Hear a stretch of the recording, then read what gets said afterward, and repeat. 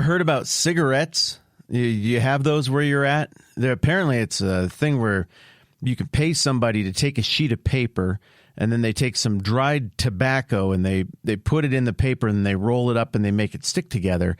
And it's like a little tube, I guess, of dried tobacco, and then you light the one end on fire, and you suck on the end that isn't on fire, and that kind of stokes it up a little bit. And then I guess the smoke from the leaves and the paper, it goes into your mouth or your lungs, and apparently a lot of people really like it. It was very popular for a long time. I think there are parts of the world where people are still really into that.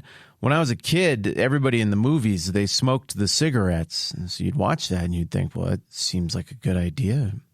It works for them. They look pretty cool when they do it. And I never did try out the cigarettes. My parents had a conversation with me when I was young, and they're like, we're not going to do that. And I was like, okay. But some of my friends, they saw what happened to the people in the movies who smoked the cigarettes, and they thought, well, I want those results. I want pretty girls to want to smooch me in alleys behind dumpsters, so I'm going to try out the cigarettes. And one of my friends, his dad found out about that, and he did not like that idea. He'd read some studies that said that cigarettes give you cancer or something. And so he sat my friend down. He's like, really, you like cigarettes? And my friend, I don't know what he said. I never did get the whole story. But then the dad was like, well, if you like cigarettes so much, then let's just smoke one. And let's just smoke another one. And let's just smoke the whole dang pack, because if one cigarette is good and cool, then it might get you smooched in an alley behind a dumpster. Then probably 20 cigarettes would be even better. Let's do it all. Let's buy a whole case and just smoke them all. Then I guess after that, that kid, he didn't like the cigarettes anymore because it was just too much cigarette.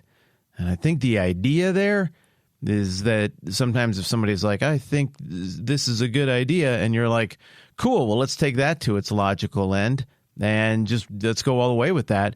I never did muster the courage to talk to that dad, but with the luxury of hindsight and doing a little bit of parenting of my own, I think the point he was going for was, hey, Junior, if a little bit of smoking is a good idea and makes you cool, wouldn't a ton of smoking all at once be way better? Let's just run that experiment and see what you think about it after we're done. And the idea is it would cause him to come to his senses, and then he wouldn't want to smoke anymore. Don't know if it worked or not. Likewise, the Apostle Paul is using that same kind of argument. Oh, you like this? You think a little bit of this is good? You think about 10% off the top is about the right amount to show God that you're serious and committed to the law in terms of adult circumcision? Sweet. Well, I mean, if 10% is good, wouldn't 11% circumcised be like even more holy and righteous? Don't you think God would like that even more? And if somebody does 11%, I mean, why not do 20%? That's so much more circumcised. And for that matter, if 20% is better than 10%, why would we stop anywhere? What do you guys say we just get the whole thing? You like cigarettes, huh? Well, let's smoke the whole pack. You like circumcision, do you? Well, let's just nip the whole thing off and see where we end up. You can be irritated by how uncomfortable this is, but it's totally Bible. Here's Paul's argument, Galatians 5. We're going to go 7 through 12. This flow of thought simply works like this. These outside agitators came along to these Christians and said, you need to demonstrate just how serious you are about obeying the law, because unless you keep all of the Old Testament law and basically become Jewish, you're not going to have access to Jesus. So we're here to help walk you through that. They even threw out some smoke screens and deceptions saying, yeah, Paul's not here, but I think he'd agree with us. You know, if you were here to, I think we're on the same page with Paul. And these poor Galatians are falling for it. Paul frantically writes this letter and is like, whoa, I'm not there. All I can do is send you this letter, but don't fall for it. Don't do it. This is a slippery slope. This is danger, danger, danger. Faith in Christ plus nothing. That is how you're made right with God. Not faith in the law and adherence to the law and the traditions, not through some physical external gesture to demonstrate just how serious you are about it. It doesn't work. And now Paul is pointing out the absurdity of this line of thinking, using absurdity in the same way that making a kid you catch smoking a cigarette, smoke an entire pack all at once. It's absurdity to point out absurdity. Here we go, Galatians 5:7. You were running a good race. Who cut in on you to keep you from obeying the truth?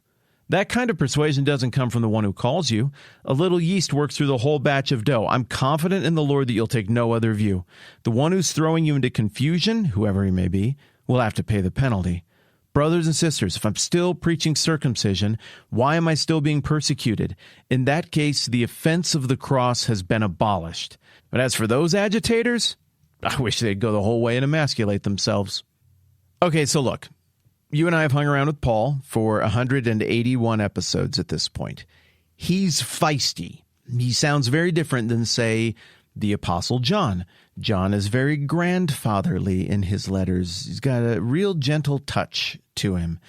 Peter is very brash and big and sometimes dumb and bumbling, but you get a real sense of his personality. Luke, in his writing, the greatest by volume contributor to the New Testament, he's very precise as one who deals with very precise instruments.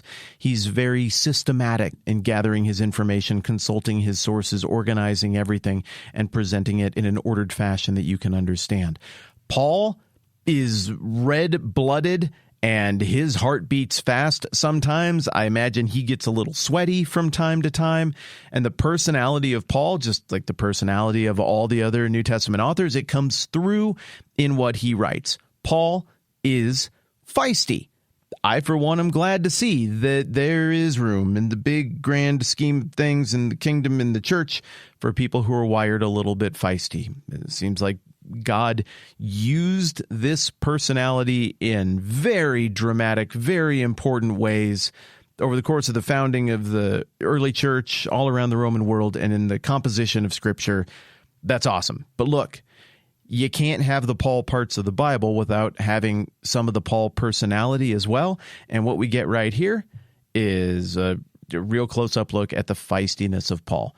Yes, there's a theological, logical point that he's making here, but also he's clearly just firing shots at these people who are getting it wrong. He's in a fight with them, and he's calling them out, and he's doing so creatively and with a little bit of panache.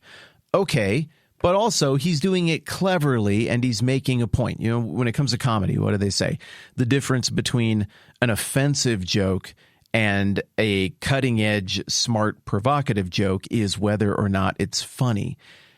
Jokes deal with difficult subject matter. It's part of why they work. The difference between it being mean and petty and stupid and being funny and effective and the kind of thing that really makes you think, he's got a point, is the execution. Is it well done?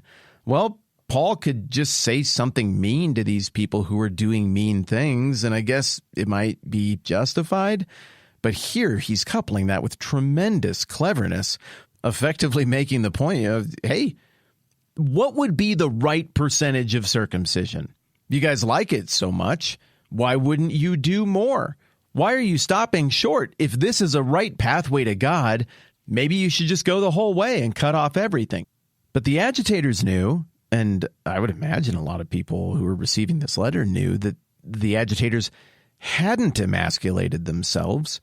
And Paul is cleverly and sardonically raising the question, guys, why haven't they? How seriously are they taking it? How much skin by volume or weight, like how many grams of foreskin would we need to cut off? Is it like a function of percentage? Is it a raw weight?